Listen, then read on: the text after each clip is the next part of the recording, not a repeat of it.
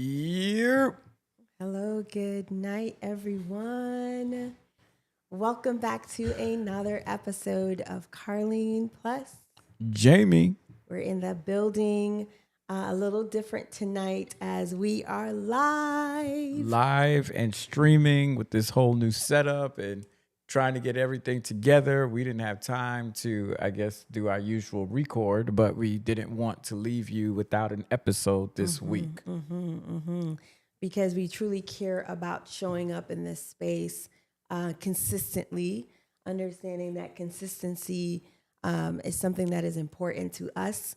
And we can only imagine how important it is to you to see our faces or even look to see what it is that we're talking about.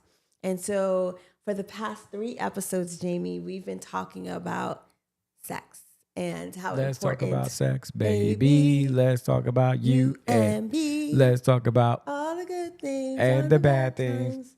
and the bad things that I'm can about to be. say bad times, but anyway, clearly messed up on that part. It's But all good. just completely grateful for that conversation that we had. I really love the piece of just walking through, being honest and open in a space, talking about sex and talking about how important it is in marriage and the intimacy piece. So grateful for that. Yeah. Yeah. I mean, we should be talking about it more. It's something that married people do. It's something that adults do, Right. right? Regularly. I think it's because we are Christians. We probably don't do it as often as other people do it, or Talk about it or as talk often. about it I like to as say don't often. do it because Christians, we do it often. Oh yeah, they We do it just- often. They We be just doing don't it. talk about it. Don't let me tell some stories as a pastor. They do it Okay, often. Jamie. They be in the sheets. All right, but nevertheless, yes. I said they be in the sheets. Okay. And the streets. Okay. I thought you were saying something else. No, Okay. I'm good. All right, great. That was a bit awkward, but anyway, yeah. So we're going to pivot a little bit from the talking about intimacy in that way. This next topic that we're going to talk about has to do with intimacy, but intimacy as it relates to our finances. A lot of times, finances is something that's not talked about often, right? However, I believe studies show that finances are one of the top reasons why couples argue, disagree, and sometimes even divorce or separate because talking about money is sometimes hard Right. to do. And of course, we are your mentors for the messy middle. And so I want to pause right now to say or to acknowledge. Let me first start there. To acknowledge that for those of you who have subscribed to our channel, we're grateful to you. We're grateful that you have done so. And we're just asking for, if there's anyone watching that has not subscribed as yet, we ask that you please do us I don't know. Do us a solid. Do us a solid. There it is. Yo, hook and us just up. go ahead and give us that subscribe. We love And- it and we appreciate it. And we're grateful for those that have subscribed. Right. And I know what's going through your brain right now. You're hearing us say subscribe and your brain is like, I'm not going to do it. And you're battling right now in your brain. Should I subscribe or should I not? Because I go through it as well. Like I'll watch YouTube videos and when they're asking me to subscribe, it's weird. It's like this weird feeling comes over. It's like, no, I don't want to subscribe because you asked me to subscribe. I don't know. It's weird. Like, have you ever gotten that when people ask you to subscribe? Like, what goes through your brain? It depends on the content. If there's something that I've watched more than once and it serves me in some way, shape, or form, I'm going to subscribe. Okay. So it depends on whatever it is that I'm listening to that I find value and it adds value to me. So, Gotcha. yeah. All right, cool. So, hey, we went through a whole spiel. If you want to subscribe, please subscribe. Amen. All right. So finances. Here we go. You ready? I'm ready. All right. So Jaime, you're going to go ahead and share your spiel or your story. So let's first say this. Let's first ask this. Who do you think is the spender between myself or Jaime? Like, who do you think spends? Is the spender? Who do you think is the frugal one? No, let's just wait and Okay. see. And hopefully, for those of you who have put in the chat, um, your guess submit. We'll see what that looks like. But go ahead, Jaime. So, because you have probably guessed incorrectly, I am the spender. Yes. I am not. I don't think anyone is. Yeah, I'm not surprised. frugal. I think people are surprised. I think like when you look at, excuse me, if you compare our dress and our style, your clothes looks way more expensive than mine. That's what I believe. I think people will probably look at me and be like, "Oh, he's just wearing a regular suit. Oh, he's just wearing a regular pair of shoes. Oh, he's just wearing a regular tie." I don't think Everyone people knows. Jaime. Yeah. Okay. No. I really honestly believe. I can't wait till we see the comments of what people say, but I honestly believe that people would believe if you looked at our pictures and you looked at everything us together, I think people would think you spend more money than I do. Okay. You obviously have more clothes than me. Okay. All right. Whatever. All right. So Jaime is definitely the spender. I am a lot more frugal than he is. And so I would like for you to share a story of when there was an impulse buy of sorts. I know you have lots of stories because it happens often. But go for it. Oh man. Okay.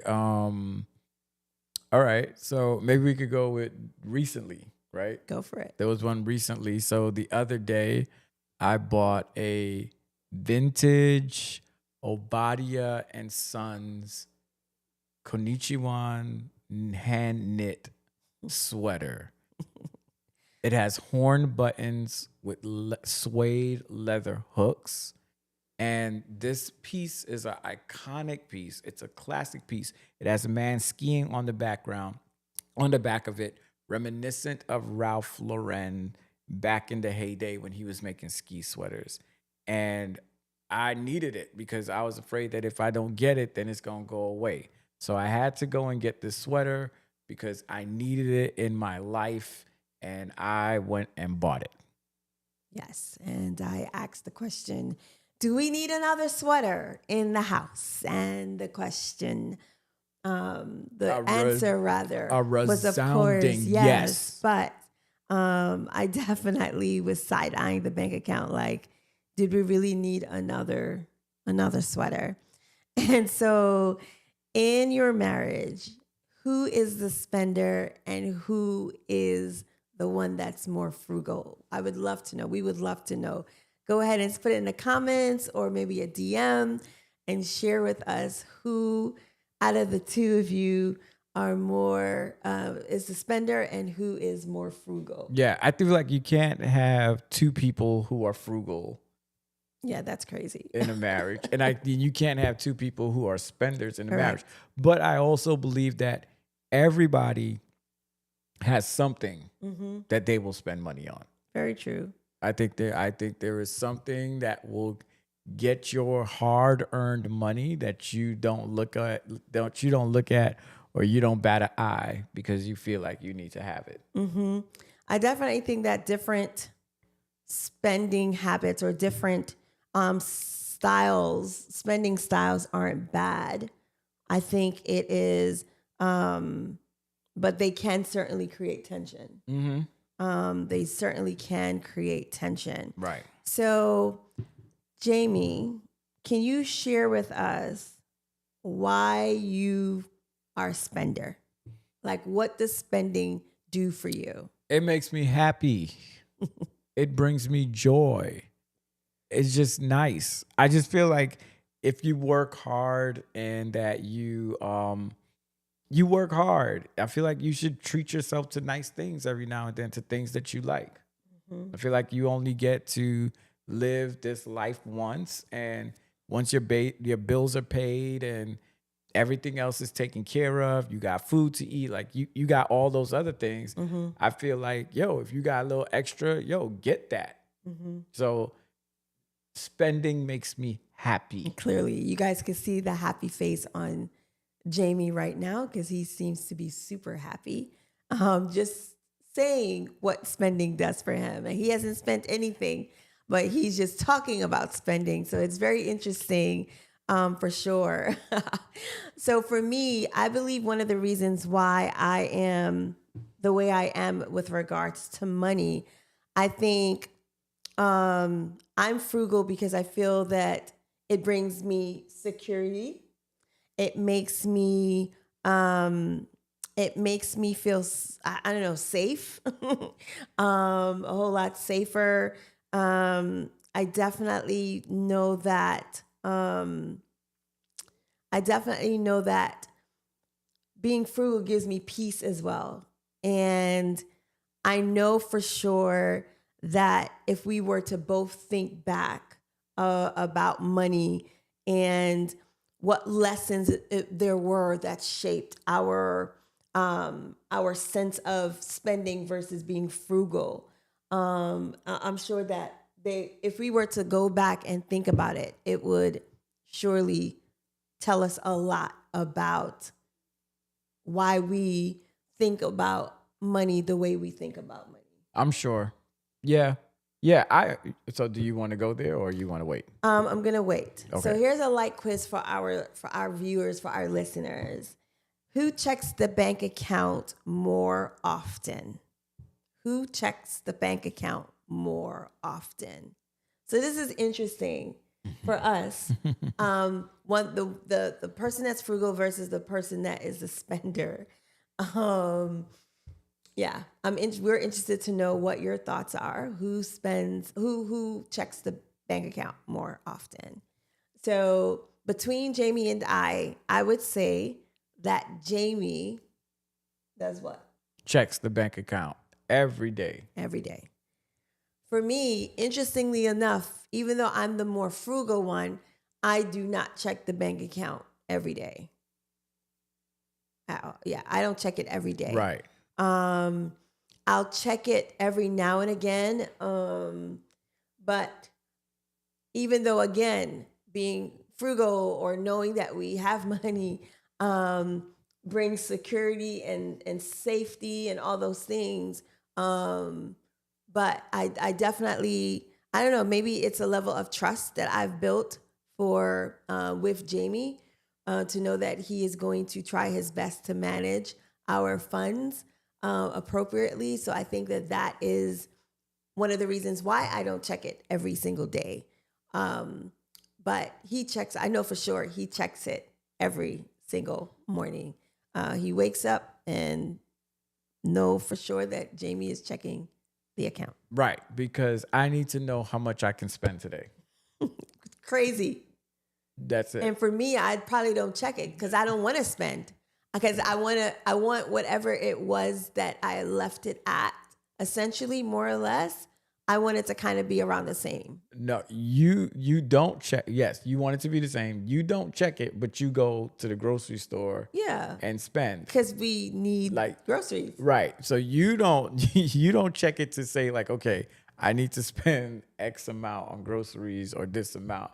You just go to the grocery store, Yes, in faith. to the beauty supply store and Home Goods and make your stops, and you in faith just make all those purchases. Yes, yes. And so this is interesting in that there was a time, I remember when we first moved to Texas, and we went from 2 salaries in New York to 1 salary living in Texas, right? And I remember things were tight. tighter than tight. And I don't know what happened to Jaime, why he felt that he needed to purchase this pair of shoes. You remember that? Yeah, Alfred Mercy. Sargent. There it is. He knows. Double monk strap snuff suede shoes. Yes. So Jaime wanted, no, he didn't, I didn't even know, right, that this was something that he wanted to purchase. But again, things are tight. I'm couponing at this point. I'm clipping coupons at this point. Just letting you know what kind of dynamic we had going on with regards to our budget, right? And Jaime buys these shoes that are, I don't even remember how much they were. I'm sure you remember. They were probably like $250. No. They were like $250. No. No, sir. I knew that it was not $250. No, sir. They were probably like $500. It wasn't that expensive. It was a lot of money. I don't remember it being $250. It was $250. Okay. But essentially, it was $250 that we did not have. Okay. All right. I'll go with that. At this point. Yeah. So it probably felt like $500 because it was definitely something that we did not have. Now I need to say this. So like there are times when I do this often, right? Okay. I will like be on a website and I'll be just looking at different stuff and then I'll put things in the cart because like I kind of like imagine myself buying it. Mercy. Right? And I just have it in the cart. But I think on that particular situation, and then like I'll do something where I'll go close to like I'll go to as close as I can go to purchasing it without purchasing it. Okay. So I think like I'll have it in the cart. I'll put in my address. I'll put in the bank information. I'll do all of that, but then I won't hit confirm. On that time, I hit confirm, thinking that there was probably one more step to it. Dude. I am 100% dead serious. I'm going to look at the camera right now and tell you I am dead serious. That's what I did. You can look at, go ahead, do your look. Do your look. So, let's just say this was probably like one of the biggest disagreements we've had to date in our marriage. Because I for sure did not believe that you just haphazardly, your finger just happened to stumble onto you put your cursor on the thing that says purchase. And I'm just like, dude, like, I'm telling you. How does that work? Like you, for a big purchase like that, like I do not understand how your finger could even go anywhere near the pay. I'm telling you, I thought there's usually one more step before you confirm. But here's the thing. Sorry, go ahead, finish. And I went further than I was supposed to. Okay, you went further than you were supposed That's what happened. Okay. I'm sticking to my story. Okay, let's just say like even to this day, as you guys can kind of tell from this conversation, from this situation, that is one that's still very much like, I remember like us, like I feel like we didn't talk to each other for maybe about a day or two.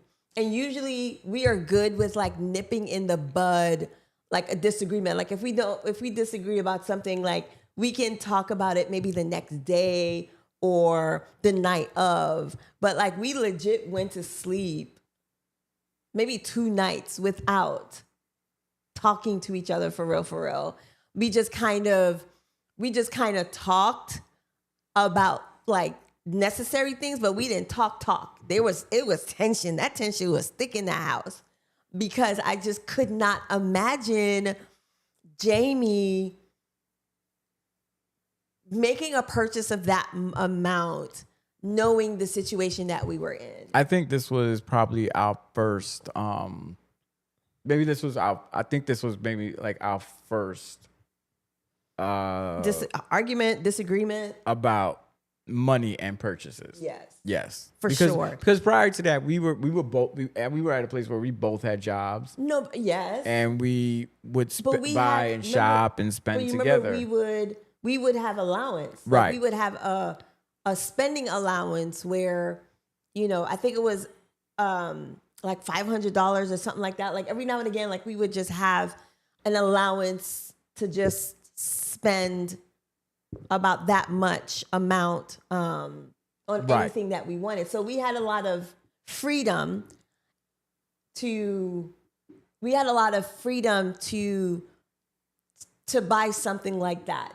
If you bought something like that while we were in New York, that would be like, oh, okay, that's cool, that's what's up. But because we were tight, we went from two salaries to one salary with 2 kids. We were just like tight, and so I need to talk to the people. okay. So it was a rough season for me. Okay. When we first came here, it was hard because what we came from to our new reality. And being that our new reality was I couldn't buy things like how I usually buy things. So it was just hard. And spending and buying things, I like nice things. I like expensive things. And it was a difficult time for us. Yes. Very, very difficult time for him and for me too. Let's just say that. Let's put that there. But it was difficult because of that part. Right. There's a lot of things that we had to work through in order for us to understand. And when he said what he said about that, whatever, I completely understood. But the reality was that was just something that was far beyond what we had budgeted for that month. And so that was like one of our first disagreements about money. And it was not the easiest thing. But I think from that situation, we definitely knew that if not managed well, like money could really tear you apart. Correct. Money can really be that driving force, that wedge that sometimes it's really hard to see beyond, the fact that one person is a spender versus the other one is frugal and the other person's always spending. And so resentment and all those things start to build. And so it's just important for you to kind of nip that, those misunderstandings in the bud. And so that you can, really focus on how to manage your money in a healthy way. Right. And so I have a question for our audience. So if you each got $500 right now, no strings attached, how would you spend it? Think about it, then share it with your spouse. So that's something that I think that would be super cool. Then we can share it too. Like if we were to each have $500, no strings attached, how would you spend it? Ooh. Oh yeah. I already know. Go for it. So $500, no strings attached. I would definitely be buying maybe a few ties, or a pair of shoes, or a pair of trousers. Okay. Yep. All right. Okay. I'm the man says that. Pay a bill. Okay. All right. Yep. It gets like that sometimes, for sure. If I had $500, no strings attached. He said sadly. I know. Yo. No strings attached. I think that I would save it. Really? Yeah. I would probably save most of it and probably find something that's like on sale that I've been eyeing and just kind of, if it's on sale, I'll buy it. Because I'm usually, I'm like a bargain shopper where I'm going to go to the back of the store and comb the racks and look for something that is affordable. See, you could do that. You could do that too. No, I can't do that. You can do it. You just don't want to. But that's another conversation. I don't even want to go there because that's a whole nother conversation. That's a whole nother conversation. So Here's a quick couple question. Who's more likely to come home with a bag full of surprises from any store? Me. Who's more than likely? Me. Me, because I'm buy something for you Yes, that's true. You would buy something for me. and for the girls. Yes. Yes.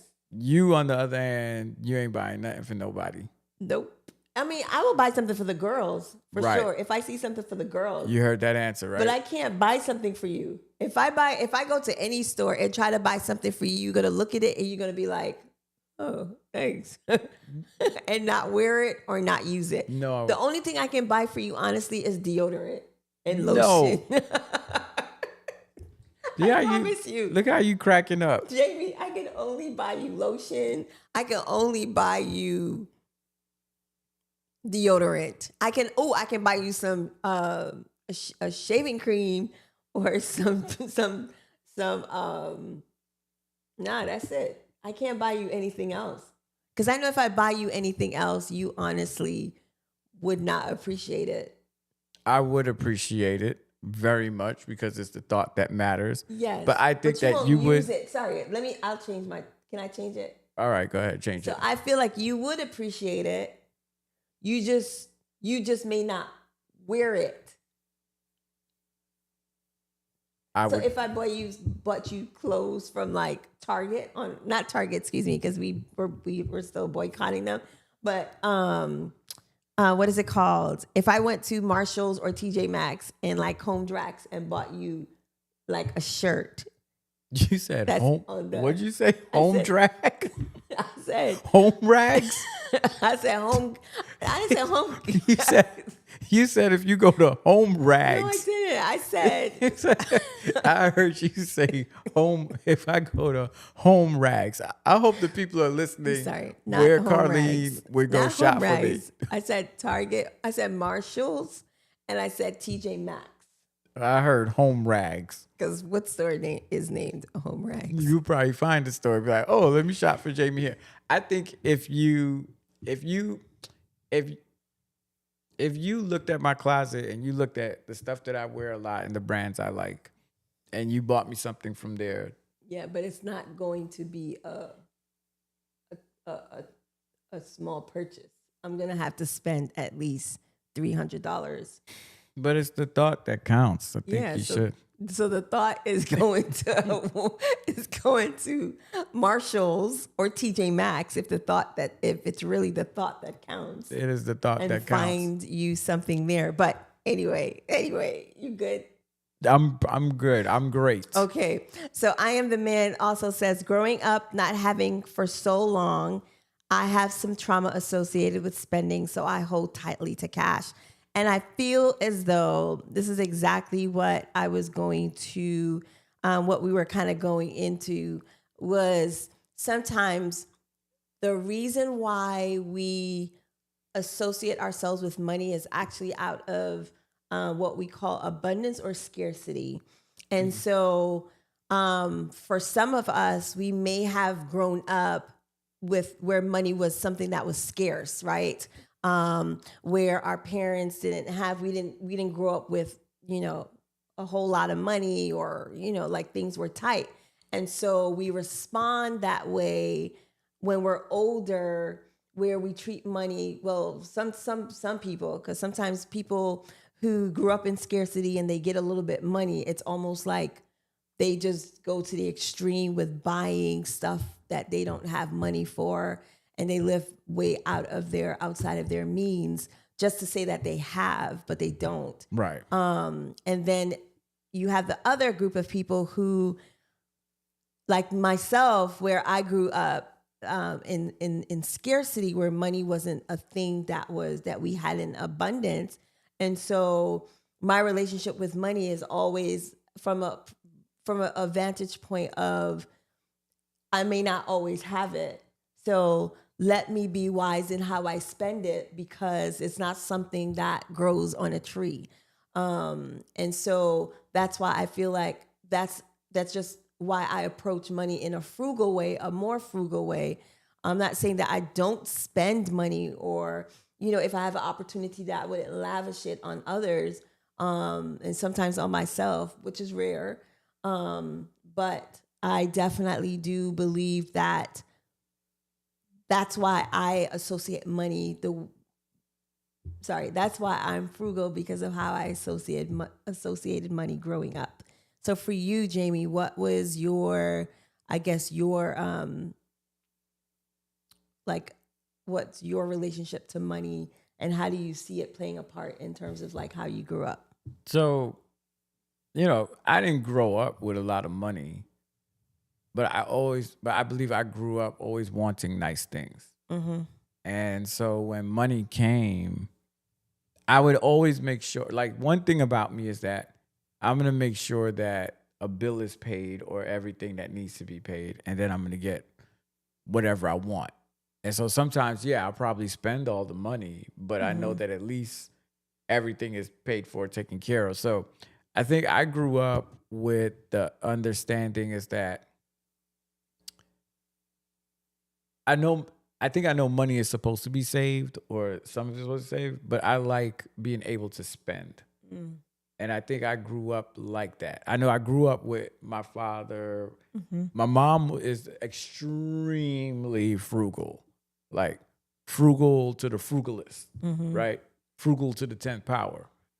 My dad is a spender. Mm-hmm. And my dad, anytime we wanted something, he would make a way to make it happen. So I definitely see my father's attributes are on me. Like, it's very rarely if you ask for anything or you say you want to get something and I'll be like, no. Mm-hmm. Like, and I think that's how my dad was. My dad was like, yo, we'll find a way to get it. If we can't, then we can't. Mm-hmm. And I think like I grew up with a makeup like that, where it's almost like, yo, if you want to get it, get it. If there's something that you like, go ahead and get it. Yeah. Because you deserve to have it. As long as you do everything else. So I think that's just how my training, my trauma, whatever you want to call it, is in respect to money. Gotcha. And I think it is important because we have these somewhat similar but different perspective on money Yeah. from our upbringing. Well, you would definitely say I'm like one of your brothers when it comes to No. spending.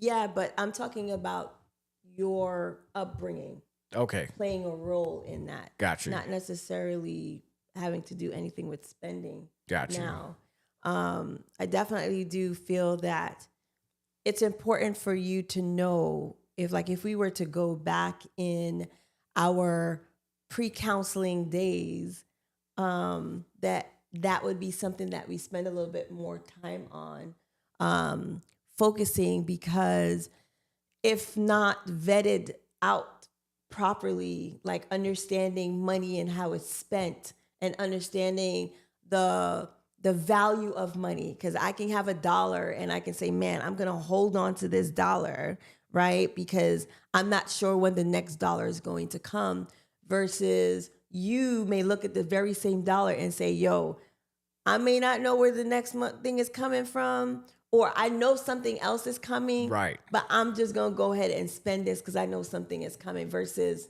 me, Right. in what I just explained. Right. So if that was something that we talked about more, I think you spending that $250 on that pair of shoes would not have, I don't think it would have hit as hard if I understood your relationship with money. Yeah. Yeah, because I'm always hustling in my brain. Yes. So my brain is gonna be like, yo, I can get this because I know I'm gonna get it back. I'm gonna flip it, or I'm gonna do something to get it back and to ensure that we good. Yeah. That's how my brain works. So it doesn't work like if I spend it, I ain't gonna get this back. I always gotta hustle or something in my brain. Yes. And that's not a bad thing. I think it's a great thing. I think one of the reasons why we're talking about this is how important it is to balance each other out. Right. Right? Where my extreme and his extreme, somehow it balances out to a perfect mixture.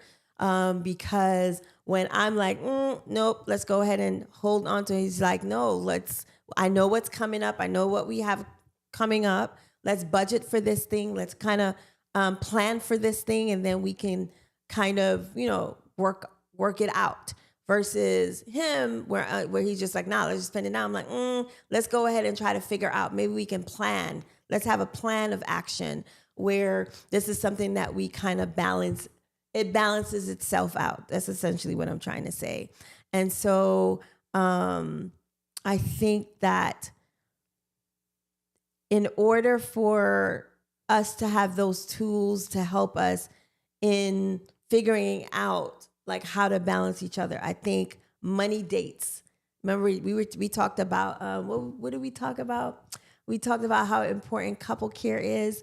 This is a part of couple care where you have money dates. So a money date essentially is where the topic of conversation, because it's something that is necessary, and sometimes it can be very tense because it depends on what your history has been with regards to money as a couple. Is money something that there's always contentions? Every time you talk about it, is it awkward or uncomfortable? Like trying to break those barriers or try to make money a conversation where it does not have to be like this. Right. So one of the suggestions that we have as we are the mentors for the messy middle is a money date. So a money date is essentially where you take that time, you choose where it is that you want to go, but you'll go and you're talking about budgeting. You're kind of checking in. You're checking in without judgment. You're saying, hey, here is what we have in our pot for this month. These are some expenditures or expenses that we have coming up. How can we plan ahead to ensure that all bases are covered, where it's not a surprise, right? Where it's like you kind of see money coming out and nothing is going in. You're like, oh my gosh, I didn't know that was something that we had.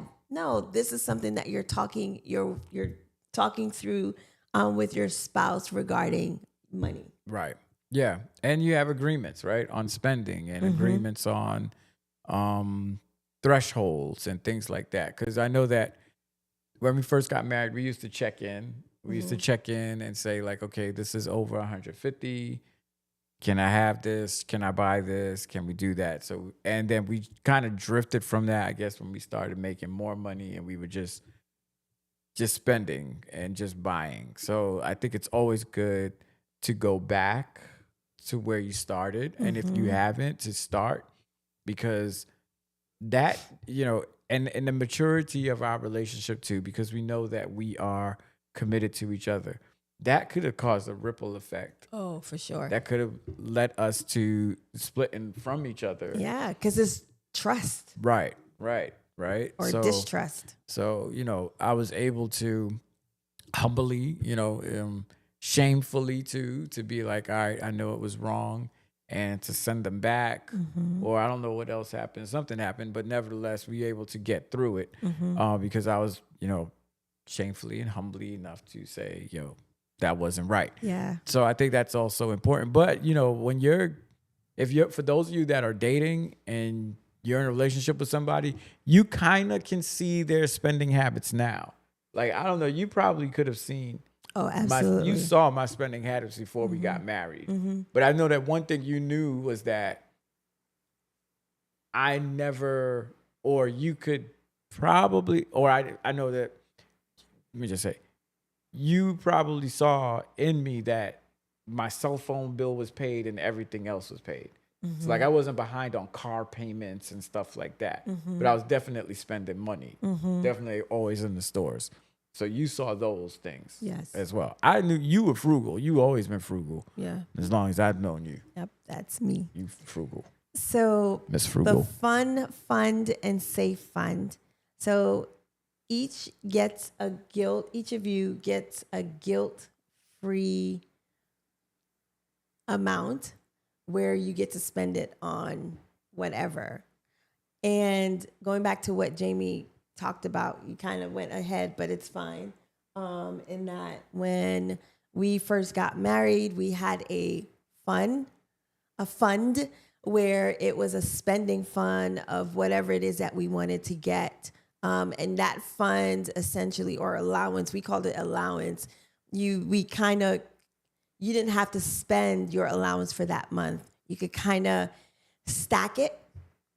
If there's something that you have in mind that you've seen and you're kind of waiting for, for you to kind of get the money to pay for it, we would just stack money, put it aside, essentially to make sure that whatever it is that you wanted to buy was that you could afford it.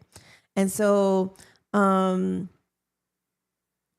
I think also another tool that can help you is shared language replace. So you replace your you waste with help me understand, right? So instead of you waste, like Help me you're wasting. Help me understand is rough too. Like Yeah. depending on how you ask, like Well, I help always- me I help always me ask you that. understand. Yes. Be like, oh, brother. I always ask Jamie, like, help me to understand. Like, why you gotta understand? You don't always I gotta need- understand. Excuse me? You just gotta just be like, yo, I get it. When I don't, that's lying. That's That's what? that's just turning the other cheek. No, Yes, it is biblical.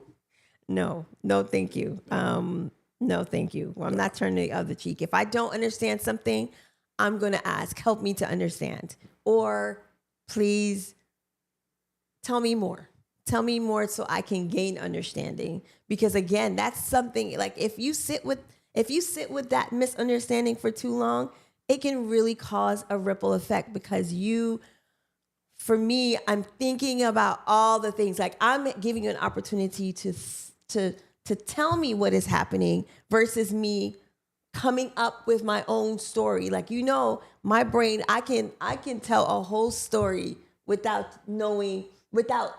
that is completely that can potentially be completely off from what it is that you're intending. I feel like you're telling a story in your brain right now.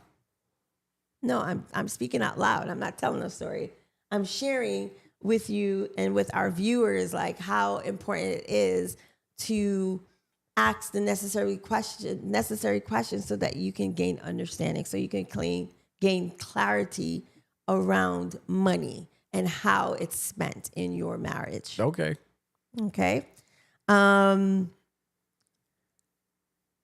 right. So some encouragement as we are about to close this episode. I think is instead of seeing our differences as a problem, right? Or as problems, we see them as balance, where we yin and yang, where we balance each other out and we essentially where one brings adventure, the other one brings security.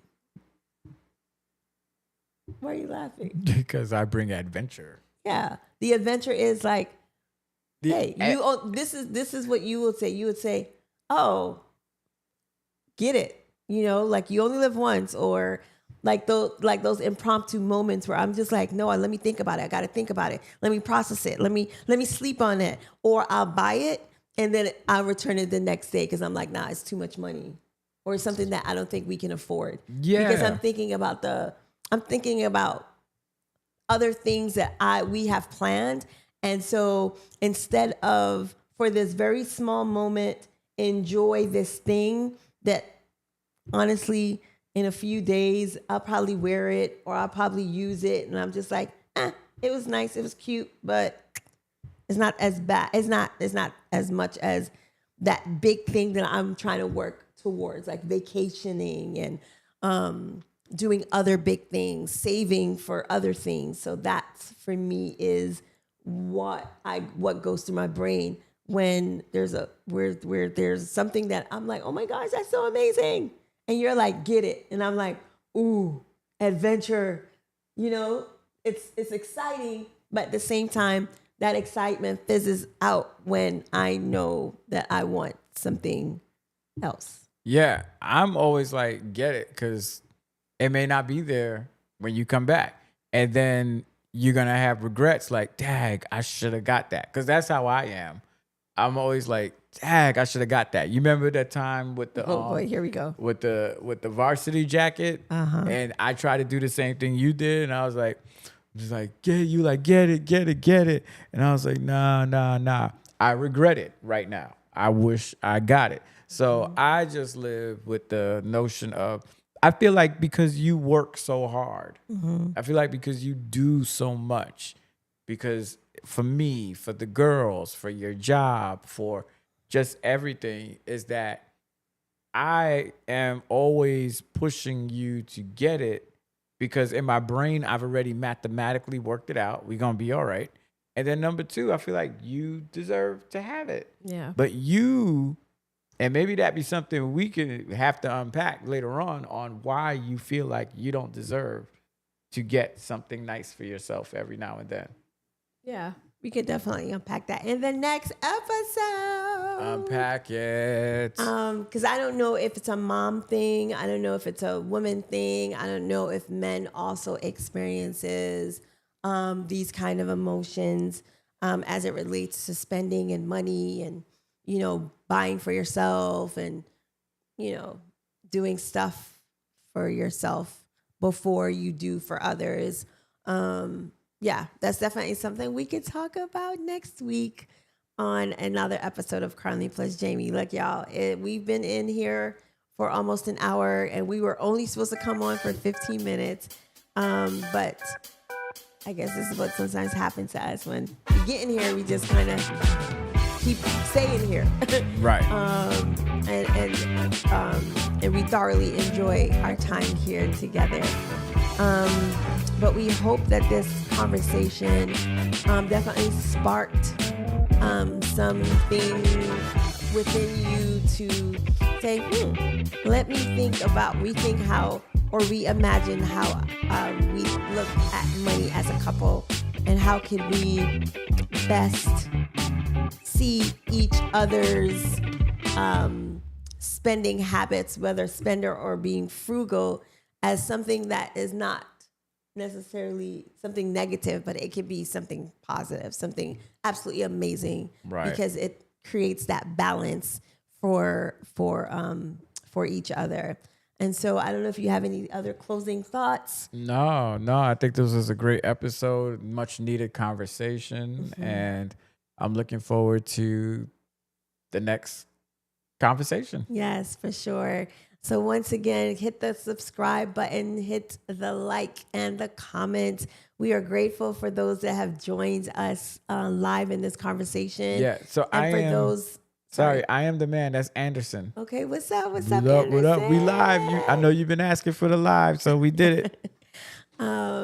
Yes, we truly appreciate the day ones rocking with us for sure. But yeah, without further ado, we hope that you all have a wonderful, wonderful weekend. And it's your girl, Carlene. This your boy, Jaime. Peace. Peace.